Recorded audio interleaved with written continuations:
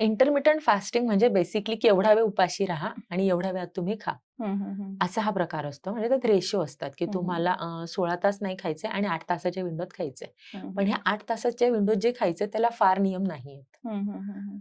उपाशीच राहायचंय आणि खाण्याविषयी नियम नाहीयेत. हं, हं, आयुर्वेदात हं. जे आपण किंवा आपल्या नवरात्रीमध्ये जे उपवास केले जातात, याला जे नियम आहेत, तर त्यात ते असे की हलका आणि सात्विक आहार घ्या. हं, हं, हं, हं. आपण तेव्हा फार जड किंवा नॉन-व्हेज वगैरे ह्या गोष्टी आपण टाळत असतो. हं, हं. सो हे रिस्ट्रिक्शन इंटरमिटंट फास्टिंगमध्ये नाहीये. म्हणजे हं, तसं हं. बघायला गेलं तर उपाशी दोन्हीकडे सेम राहायचंय. हं, पण हं. त्यात तुम्ही ज्या विंडोत खाणार आहात, त्यात तुम्ही काय खातायत हे तेवढंच मॅटर करतं. हं, मग हं, हं. त्यावेळेस तुम्हाला काय खायचंय, की साधा आहार. मग हं. फळं खा. बरीच लोकं फळांवरती पण नवरात्र करतात, की हं, फळं हं. खाणार आहेत आणि एकभुक्त असतात. म्हणजे पूर्ण दिवसात एकच वेळ जेवतात.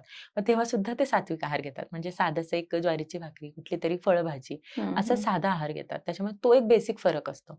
बरोबर. इंटरमिटंट फास्टिंगमध्ये खावं का याविषयी फार रूल नाहीये. कॅलरी काउंट होतात हं, फक्त. हं, हं, हं. पण इकडं पूर्ण सात्विक आहारावरती जास्त फोकस असतो नवरात्रीत.